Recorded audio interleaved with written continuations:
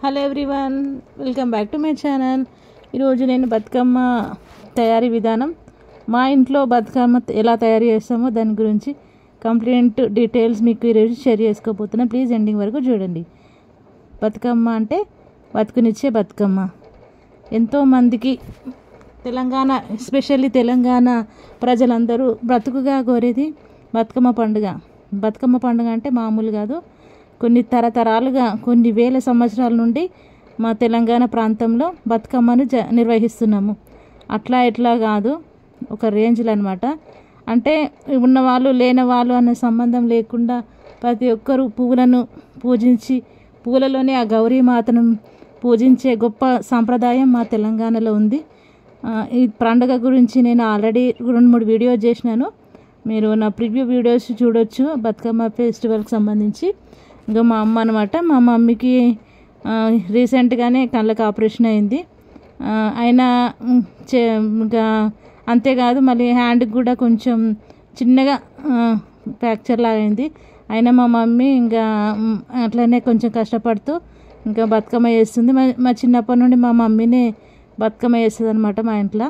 ఇంకా మా mummy first దారాలకి మంచిగా పసుపు గంధం మంచిగా రుద్ది, మేము తపాల అదే ఇట్లా బేసన్ గిన్నె అంటారు కదా, అందులో ఫస్ట్ కొంచెం పసుపు కుంకుమ వేసి తర్వాత దారాలు వేసిందనమాట. దారాలు వేసి ఇవి గుమ్మడి ఆకులు వేస్తుందనమాట. గుమ్మడి ఆకులు అనేది ఖచ్చితంగా వేయాలంట.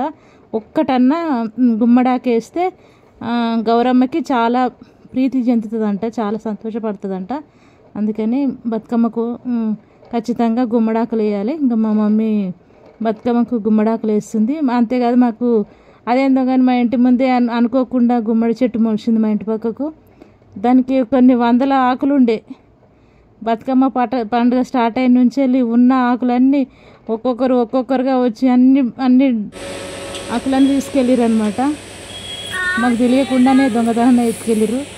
మనము పూజలు చేస్తాం, కానీ పూజలు చేయాలంటే పువ్వులు కోర్స్ అందరూ అనుకుంటారు దొరికినాయి కదా, ఎక్కడ దొరికితే అక్కడ ఆ పువ్వులు తీసుకొని వెళ్ళి పూజ చేయాలనుకుంటారు. ఏంటంటే అది తప్పు నాకు తెలిసినంత వరకు అయితే.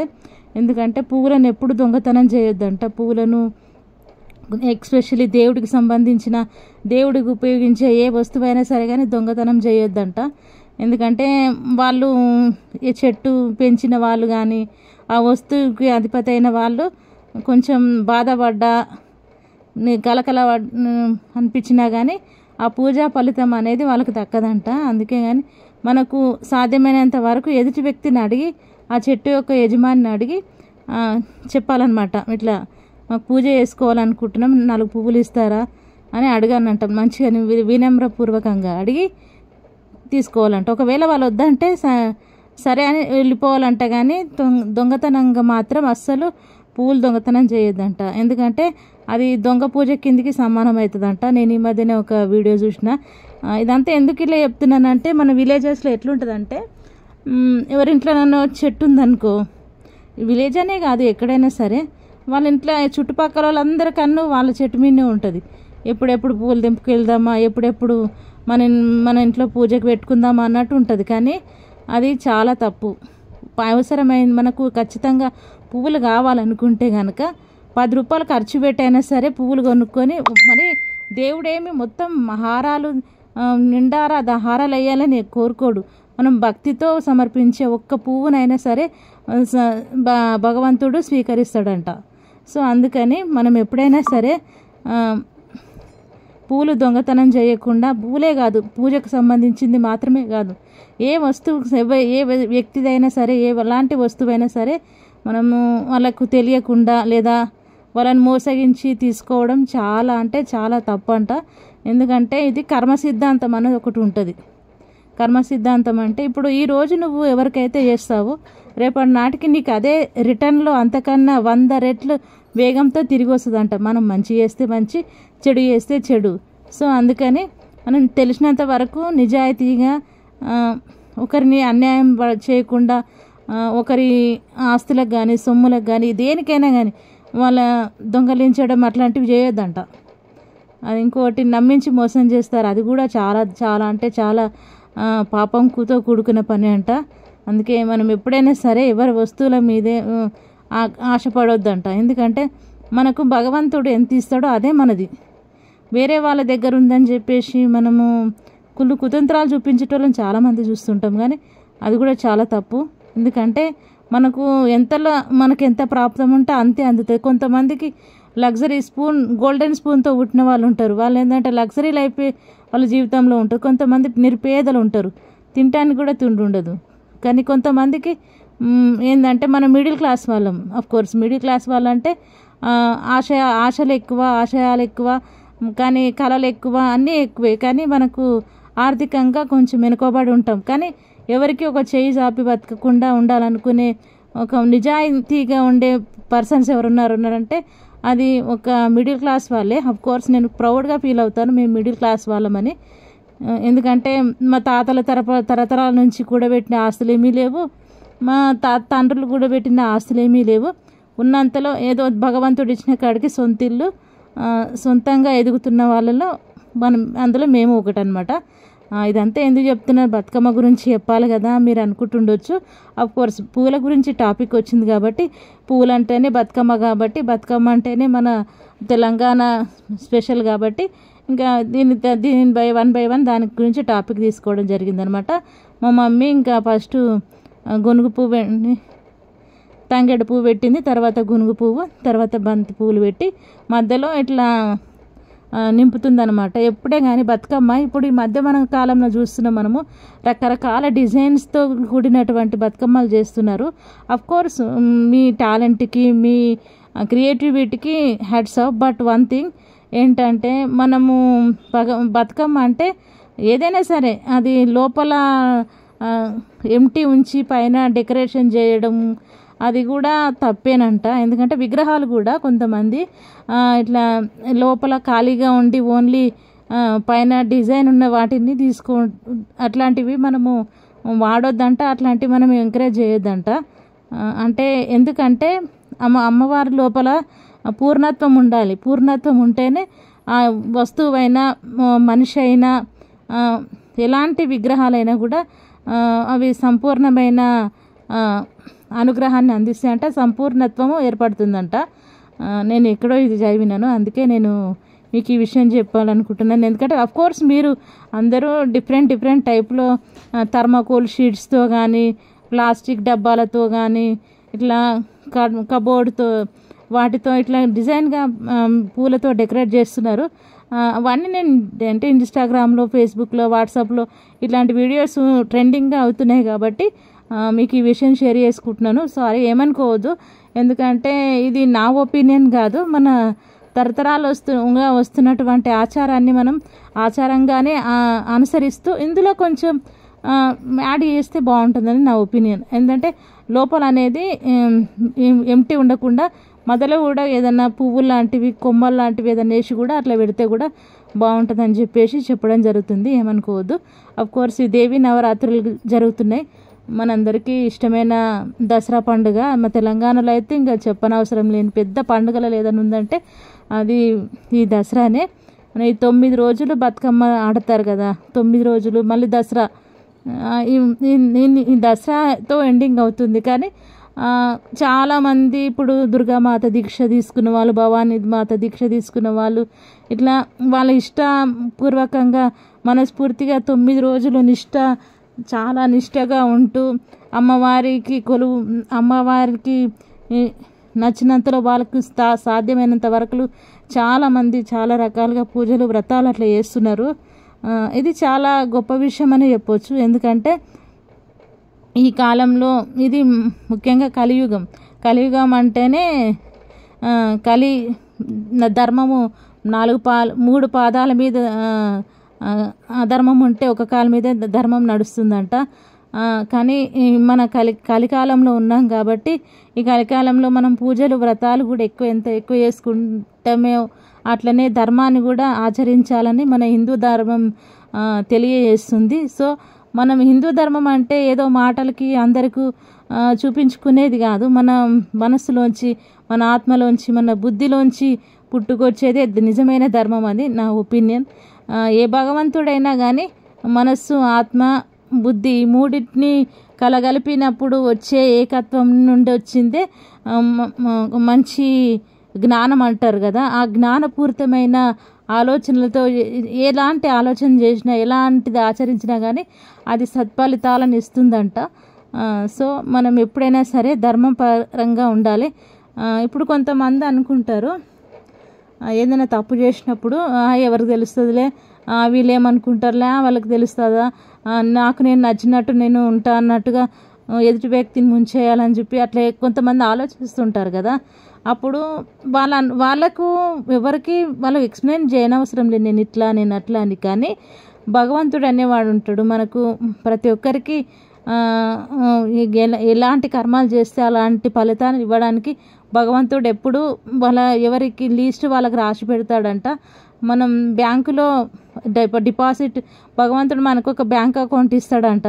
అంటే కర్మఫలం సిద్ధాంతం ప్రకారం నాకు తెలిసిన వేళ మీకు అర్థమయ్యేలాగా నేను చెప్పాలనుకుంటున్నాను. అంటే ఇప్పుడు నాకు ఒక బ్యాంక్ అకౌంట్ ఉందనుకో, భగవంతుడు ఇచ్చింది. అందులో మనం డబ్బు కాదు, కర్మలు, మనం ఎలాంటి కర్మలు సత్కర్మలు చేసినామనుకో, సత్కర్మలనే మన బ్యాంక్ అకౌంట్లో మనకు డిపాజిట్ చేస్తారు. దుష్కర్మలు చేసినామనుకో, అంటే ఎదుటి వ్యక్తిని మోసం చేయడము అట్లాంటివన్నిటికీ ఏదైనా సరే, అది దుష్కర్మలని అనిపించేది ఏదైనా సరే అది కూడా వాళ్ళకి డిపాజిట్ చేస్తారు. అయితే ఇందులో రెండు ఉంటాయి. కొంతమంది ధర్మాన్ని పాటిస్తూ అధర్మాన్ని కూడా పాటిస్తుంటారు, రెండు మిక్స్డ్గా పాటిస్తుంటారు. అట్లాంటి వాళ్ళకు కూడా ఏది ఎక్కువ ఉంటుందో దాని ఫలితం అనేది ఎక్కువగా చూపిస్తారంట. ఇప్పుడు మన బ్యాంకులో డిపాజిట్ చేసుకుంటున్నాం కదా మన కర్మలు, అది ఇప్పుడు బ్యాంక్ అనేవాడు మనకు వడ్డీ రూపంలో ఎట్లా అయితే ఇస్తారో, ఇప్పుడు మనం కర్మ ఆచరిస్తే ఇప్పుడు మనం ఒక కర్మకు అంతకు 100 రెట్ల ఫలితాన్ని లేదా 100 రెట్ల 100% డిస్కౌంట్ అని ఇట్లా ఏదో ఆఫర్స్ అని ఇట్లా ఇస్తారు మనకు కొన్ని ఆఫర్స్. అట్లా మనకు ఇచ్చే ఫలితాలలో అవి యాడ్ చేసి కొంతమందికి ఎక్కువ కష్టాలు చూపిస్తాడంట, కొంతమందికి ఎక్కువ సుఖాలు చూపిస్తాడంట. సో మనం ఎలా ఉండాలనేది మనం లగ్జరీగా బతకన అవసరం లేదు, కానీ ఎదుటి వ్యక్తికి మనము అన్యాయం చేయకుండా ఉన్నంతలో మన స్థాయిని బట్టి మనం ఉంటేనే అది ఉన్నతమైన జీవన విధానం అని చెప్పేసి నేను ఎక్కడో చదివినాను, నాకు తెలిసింది మీకు షేర్ చేసుకుంటున్నాను. ఇంకో మా బతుకమ్మ అయితే ఇప్పుడు బంతిపూల తర్వాత ఇదేమో పువ్వు అంటారు, నాకు ఈ పువ్వు సరిగా గుర్తు రాలేదు, పట్టుకుచ్చి పూలు అంటారు మా సైడ్ అయితే. ఇంకా మీ సైడ్ ఏమంటారో నాకు తెలియదు. మా మమ్మీ అవి కూడా పెట్టి మధ్యలో ఆకులతోని మొత్తం ఫుల్ఫిల్ చేస్తుంది. మాకు అయితే మాది మిడ్చల్ డిస్టిక్ అనమాట. మాది తుర్కపల్లి, మాది విలేజ్ ఉండే, ఇప్పుడు మున్సిపాలిటీ అయింది. కోర్స్ ఇంకా రాబోయే ఇంకా 4-5 వారం 10 రోజుల్లో ఇంకా ఎలక్షన్స్ స్టార్ట్ అవుతున్నాయి. ఎంపీటీసీ అవి అట్లాంటివి ఎలక్షన్స్ స్టార్ట్ అవుతున్నాయి. మాకేందంటే ఇప్పుడు ఇంతకుముందు సర్పంచ్ అట్లాంటివి ఉండే, ఇప్పుడు మున్సిపాలిటీ ఎలక్షన్స్ అట్లాంటివి అవుతాయి అన్నమాట. మాది చాలా ఎదుగుతున్న ప్రాంతాలలో మా ఏరియా ఒకటి అనమాట. ఎందుకంటే ఇక్కడ చాలా వరకు దాదాపు ఒక 100-200 కంపెనీస్ ఉన్నాయి. అన్ని బయో ఫార్మా ల్యాబ్స్ అట్లాంటివి సంబంధించిన కంపెనీసే ఉన్నాయన్నమాట. సో ఇక్కడ కొన్ని లక్షల మంది జీవనాధారము పొందుతున్న ప్రాంతంలో మాది ఒకటి అనమాట. అట్లా ఆల్మోస్ట్ మా దగ్గర కాశ్మీర్ టు కన్యాకుమారి అని అంటారు కదా, కాశ్మీర్ ఓన్లీ కాదు, నేపాల్, బంగ్లాదేశ్ నుంచి కూడా వచ్చి మా దగ్గర జాబ్ చేస్తున్నారు. సో మా దగ్గర ఏ పండుగ అయినా కానీ చాలా మంచిగా మినీ హైదరాబాద్ అనమాట. ఎందుకంటే హైదరాబాదులో అయితే ఎట్లా అయితే జనాలు కొన్ని లక్షల మంది ఎట్లా వేరే వేరే ప్రాంతాల నుంచి వచ్చి ఉంటారో, అట్లనే మా దగ్గర కూడా అట్లనే డెవలప్ అవుతున్న ఏరియా అనమాట. సో మా దగ్గర ఈ పండుగలన్నీ మేము చేసుకుంటుంటే వాళ్ళు చాలా ఎక్సైట్మెంట్గా చూస్తూ ఉండడం కాదు, వాళ్ళు షేర్ చేసుకుంటూ వాళ్ళ ప్రాంతాల్లో ఉన్న వాళ్ళకి వీడియో కాల్స్లో చూపించుకుంటూ మళ్ళా వీడియోస్ తీసి వైరల్ చేస్తున్నారు మన తెలంగాణ పండుగల్ని.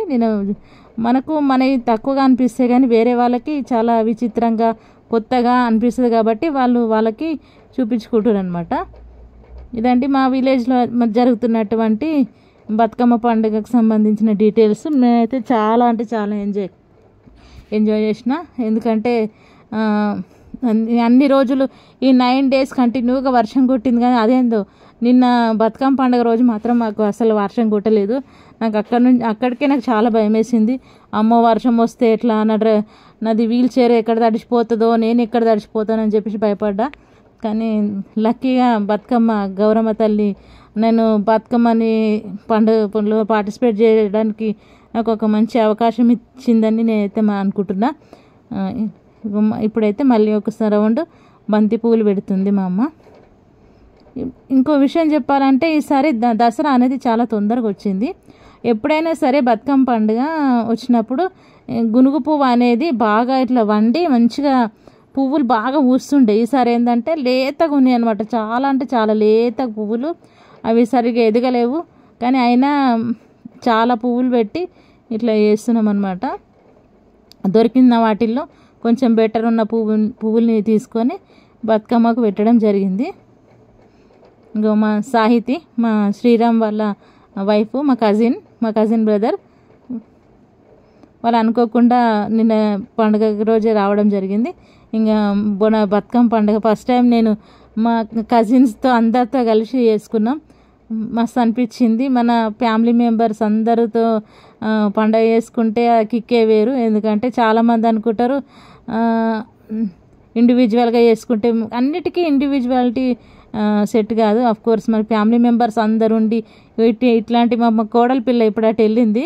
మా చిన్న బుడ్డి కోడల పిల్లలు అల్లుళ్ళు వాళ్ళందరూ నాకైతే మస్తు అనిపిస్తుంది. అందరితో మస్తు ఎంజాయ్ చేసిన నిన్నైతే పండుగ. నేను చిన్న పిల్లలు వాళ్ళు అత్తయ్య అంటున్న చుట్టే ఉన్నారు. నాకు మస్తు అనిపించింది. మా ఇంట్లో అయితే ఇట్లా చేసుకున్నాం మేము బతుకమ్మ పండుగ. ఇక మా మమ్మీ అయితే ఇంకా మా తెలంగాణలో అయితే ప్రతి ఒక్కరికి, చిన్న ఆడపిల్లలకు ప్రతి ఒక్కరికి బతుకమ్మ వేరవడం అంటే చాలా ఇంట్రెస్టింగ్ ఉంటుంది. అండ్ నేర్చుకుంటారు చిన్నప్పటి నుండి. నేను కూడా నేర్చుకున్నాను చిన్నప్పుడే. కానీ మా అమ్మనే ఎప్పుడైనా పెద్ద బతుకమ్మ మా అమ్మనే చేస్తుంది కాబట్టి ఇక మా అమ్మనే చేస్తుంది. మా వదిన వాళ్ళు షాప్లో షాప్ ఉంది కాబట్టి మా వదిన షాపులో ఉంటుంది. కానీ ఒక్కొక్కసారి మా వదిన తీరుకున్నప్పుడు ఆమె కూడా వచ్చి చేస్తుంటుంది. కానీ మా వదినే తీసుకెళ్తుంది అనమాట బతుకమ్మ అది ఇది. మళ్ళీ ఇంకొక రౌండ్ పట్టుకుచ్చులు పువ్వు పెడుతుంది అనమాట. ఈ పట్టుకుచ్చు పువ్వులు మళ్ళీ అందంగా ఉంటాయి తెలుసా. అంటే ఒక పింకు ఒక మెరూన్ మిక్సింగ్లో మంచి షైనింగ్ ఉన్న ఫ్లవర్స్లో, అందమైన ఫ్లవర్స్లో ఏమైనా ఉన్నాయంటే ఇవి అనమాట. అవి షైనింగ్ మాత్రం చాలా అంటే చాలా బాగుంటుంది. ఈ పువ్వు ఎక్కడున్నా దాని అట్రాక్షనే వేరుంటుంది.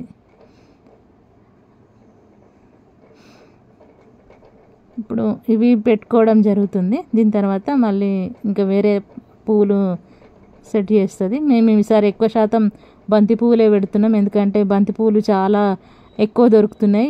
ఎంత లేదన్నా 1000 రూపాయలు, 1500, 500 నుంచి ఒక బతుకమ్మ వేయాలంటే కనీసం ఒక 500 ఖర్చు అవుతాయి. ఎందుకంటే అది చిన్నదో పెద్దదో పువ్వులు దొరకక చాలామంది చాలా ఇబ్బందులు పడుతుంటారు కదా. అందుకని బతుకమ్మ పండుగకి ఇంకా పువ్వులు ఎంత ఖర్చు అయినా సరే పెట్టి మరీ కొంటారు. ఈ పట్టుకుచ్చు పువ్వులు మా అమ్మ సెట్ చేస్తుంది.